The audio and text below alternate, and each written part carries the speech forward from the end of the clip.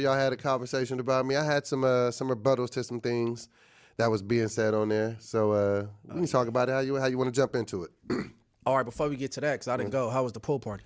The pool party was lit. Why didn't you bounce out? I had sent you the Addy and everything, man. I thought you was gonna pull up on us. No. Next time I'm gonna pull up though. But I'll be Hey, look. I be trying to keep shit professional, right? Because you know what I'm saying, that when you get to dealing with people outside of work, you know what I'm saying, people get a little bit more comfortable with Too you. comfortable. And then it wouldn't happen with me, but let's just say stuff don't go your way. You know, Adam might wake up tomorrow and want to have sex with robots on OnlyFans and not do content no more and lay you off, and the person be all mad like, man, I thought we was cool. We were splashing water at each other at the pool party.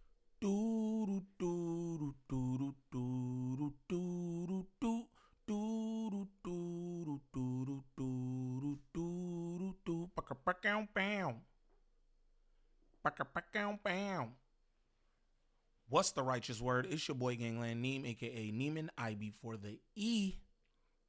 Man, golly, I don't know y'all. Remember that, and we back with another video. New video. Shout out to all my good subs. Greatly appreciate y'all. You know it. You know it. Now, y'all saw that clip at the top of the video. Thought it's very specific what Munchie B said. He said, yeah, man, I'll try to keep this, professional. You get me? You go to a pool party with Adam22, think everything's cool. He gets back to the office. He want to have sex with a robot, and then he cans everybody. Because we all know the corn is what's getting him the money, right? I thought that was very specific. Now, pair that with what we about to get into right now, and it sounds like Moose and DoBoy, the two who was fighting for validation from him, fighting for the no jumper top spot, could be getting canned. Golly, that's crazy to me. Now, if this is your first time to the channel, like and subscribe off the back. Off the back, don't troll me. If this is your first time to the channel, shame on you. Yeah. Shame on you. But we're going to get into these comments, man. Again, I just think it's funny, right? That the two people who are fighting the most to be on No Jumper get the most camera time, want to be the closest to Kiwi Head, right? Could be canned. Crazy work. But we're going to get straight into this, y'all. I've got a narrative. Like what? All right, this is my thing.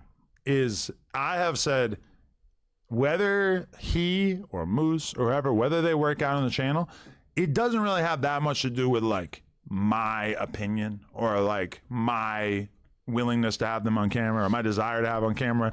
It's more about what the fans think and what the numbers say and how the fans feel about him in the long term. And has DoBoy made a big... I disagree and agree.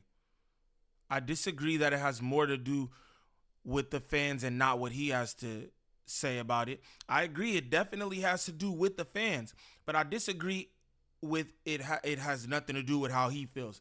It has everything to do with how you feel. We've seen multiple people get canned or trashed because of how you feel about them. So we can't say that, Adam.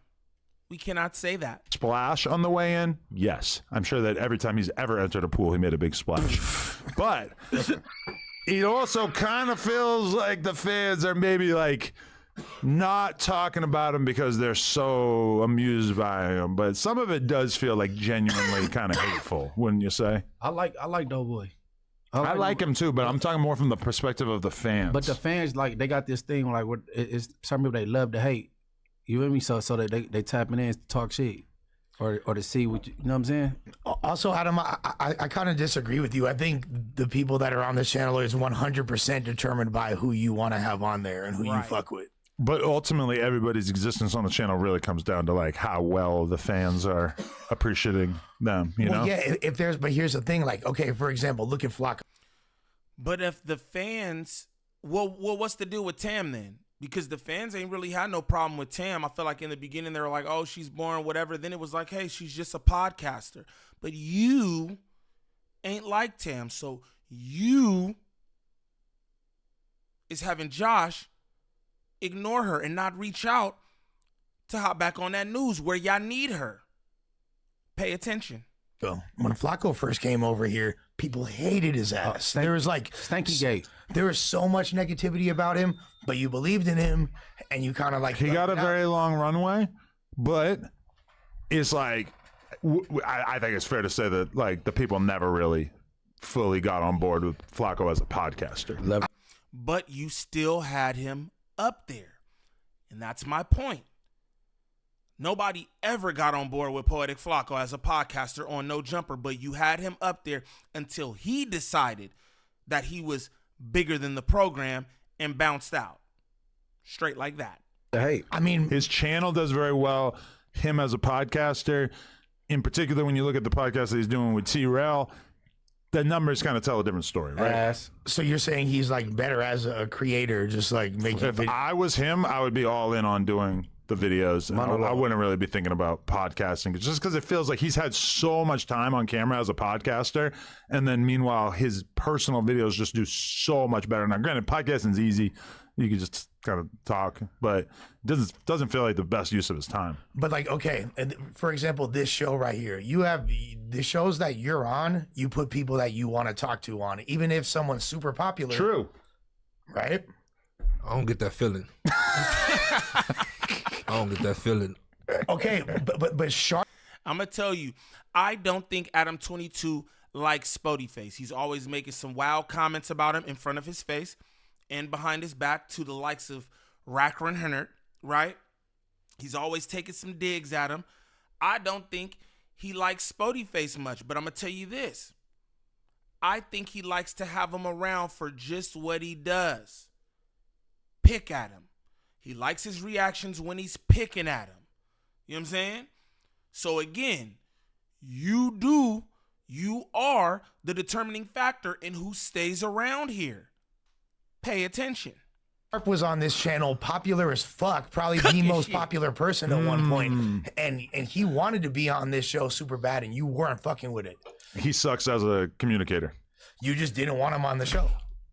Okay, someone can have a longer shelf life on No Jumper being on the news or being on other podcasts than they could have doing a podcast with me every week, because I am, how do you say, intolerant of Particular. a lot of people. I hate a lot of people. I don't want to be around a lot of people. So to be a No Jumper host is one thing. To be a No Jumper host with me weekly is another thing. Which brings me to my point, right? Which brings me to my point about the Monday show. Now, this Monday show was supposed to be Adam, Moose Man, and Flacco, but you just heard what he said. They never sold on him as a podcast or whatever, but you was going to bring him back to do a specific show with him and Moose Man, right? Now you got Moose Man and DoBoy. You heard what he just said right there. He said, to be on a podcast with me weekly is a different thing. I think these two fellas are fighting to be close to Adam22. They are fighting to have the top spot. They are fighting for their place in No Jumper, and they could be fired. They could be fired. I'm gonna just tell you. But we'll get to these next comments, man. Don't worry about anything. I'm cooking. You are watching a master at work. Yeah. It was interesting. The one thing that really stood out to me is that at least right now, Moose and DoBoy have less than zero chemistry. He said less. I'm just gonna be real. Like, that is gonna hold back the Monday show idea, because those two together, like, they both have the same problem that, like, they kind of like finish other people's sentences and like sort of just like talk like in response to everything that the other person says.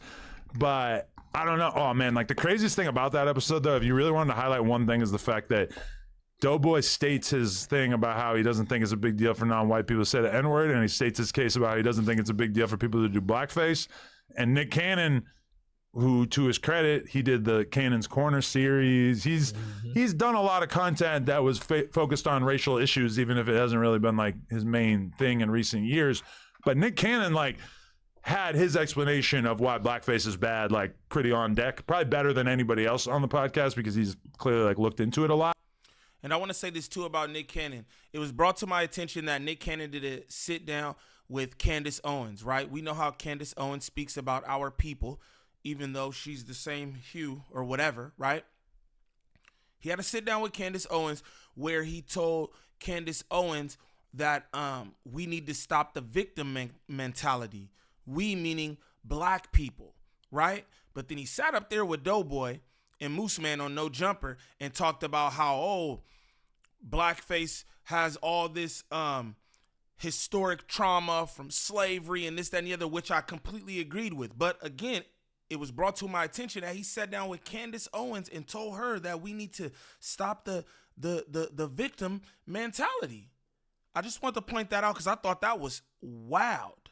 But let's continue. And he woke. And DoBoy he didn't even really try. Like, as soon as Nick Cannon starts saying his version of events, DoBoy's like he's nodding and he's like, yeah. He saw no pushback. At no point does he make it clear that he disagrees in any And way. guess what? Exactly. Nick Cannon did not say anything that Spody didn't say previously. He did not say Say exactly, but that's where you gotta get out of the shadows and trying to be a pleaser. You feel me? Like, if you got a disagreement, like, you know what I'm saying, I should be able to have a disagreement with you if I feel any different, like not roll with you because I feel that you have more fame or more money or I'm saying a bigger platform. Like, no, I disagree with what you talking about. Because should have been the guy. Simple as that. And that's the problem that I think Moose Man and DoBoy have. They want to be pleasers. I feel like I don't want to say they want to be liked by everyone. I think DoBoy wants to be liked by everyone. I think that Moose Man don't give up who like him. Only Adam. Straight like that. I don't know, Nick. I look at it like this. From my perspective, yeah, exactly. From my perspective, it's like, bruh, if you're gonna like really confidently state your opinions on the podcast, and then as soon as you get in front of somebody who's got the other opinion that you respect and like have had a business relationship with, and you don't have any of that energy for him, like, did you even mean it in the first place? Like, he didn't even try to go to war with I believe he mean it. I believe he mean it. He not standing on but he business, can't though. defend it. Right.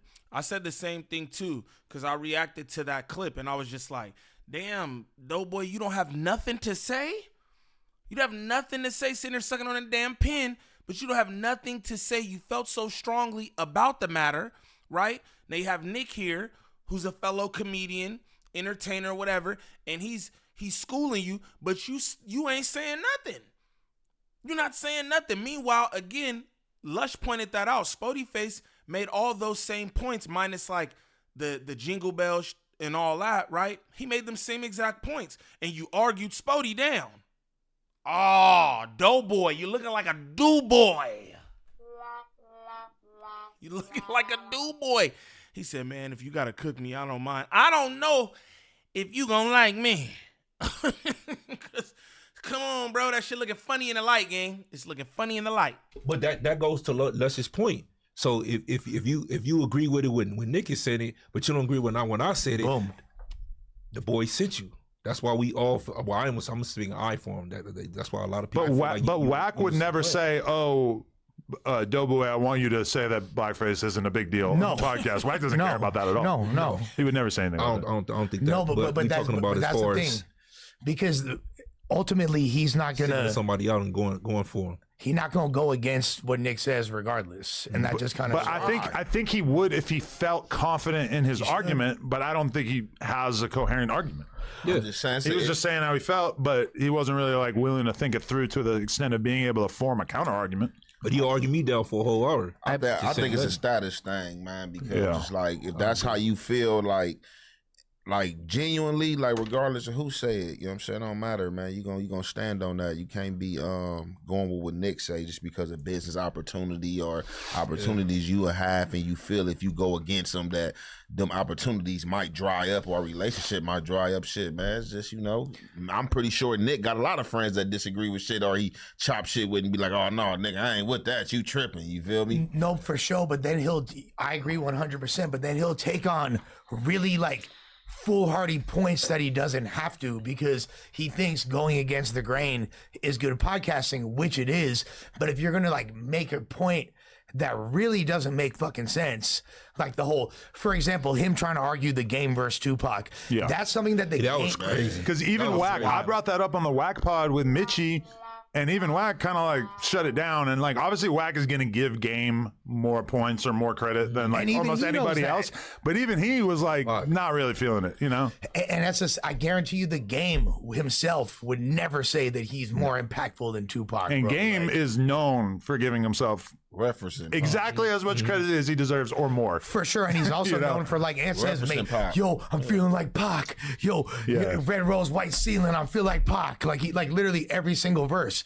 So I think that's another foolhardy argument is the blackface thing. Like Wack or Nick or anybody with any a shroud of common sense would never be like, hey, yo, DoBoy. That was kind of like, too, not to cut you off, that was kind of like when Moose had got at him like, look, bro, you kind of like, you know, with this Wack and me thing, bro, like when this was said about Wack, you know, you kind of like ducked that. You didn't want to speak on this about Wack, but you speaking on this about me. You know what I'm saying? Type situation. Boom. Like there's countless examples of. This is heavy critique from the No Jumper host on the flagship show, talking about hosts from the Monday show. That paired with the way that the comments and fan base of No Jumper react to DoBoy and Moose Man, I'm gonna be honest with you. I don't believe that the No Jumper fans like Moose Man or DoBoy. I see it in my comments. I see it in their comments. I don't believe that the folks like them too much. I think it's the try hard mentality. I think it's the DoBoy mentality. I think it's the shucking and jiving. You know what I mean? And again, that lends to my narrative. I think that he would get rid of them. Straight up.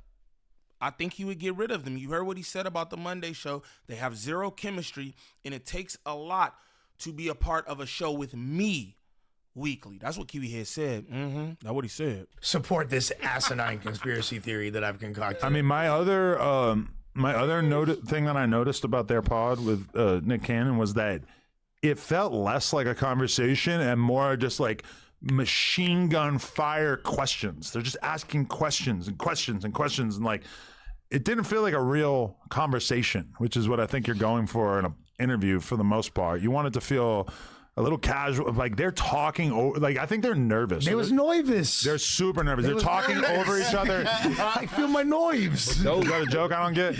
No, they nervous. They're nervous. I said nervous. You just pronounce it different. No, I was literally before you said. I'm thinking like, oh, they was nervous.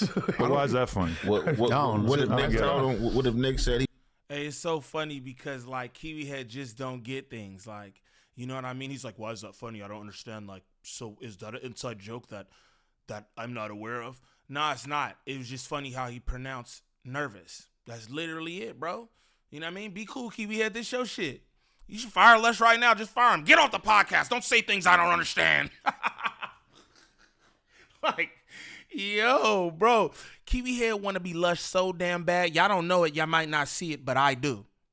I do. He wish he was really tapped in like Lush. He wish he was as close to the culture and the gang members in the streets as Lush was. He wish he could say the N-word. Golly. He was on ball time, like, man, let's go, man, let's shoot this shit. It probably was because they only went like an hour, but either way, it's like, bro, like you would rather ask a handful of questions and have it be a nice, smooth, conversational podcast rather than just like bah, bah, bah, bah, bah. And like I do think they were both nervous, but I just don't think it like ended up being like a very good podcast. Hey, but everybody that do like the Walla Know lane, they can't podcast. And podcasters can't do the Walla Know thing.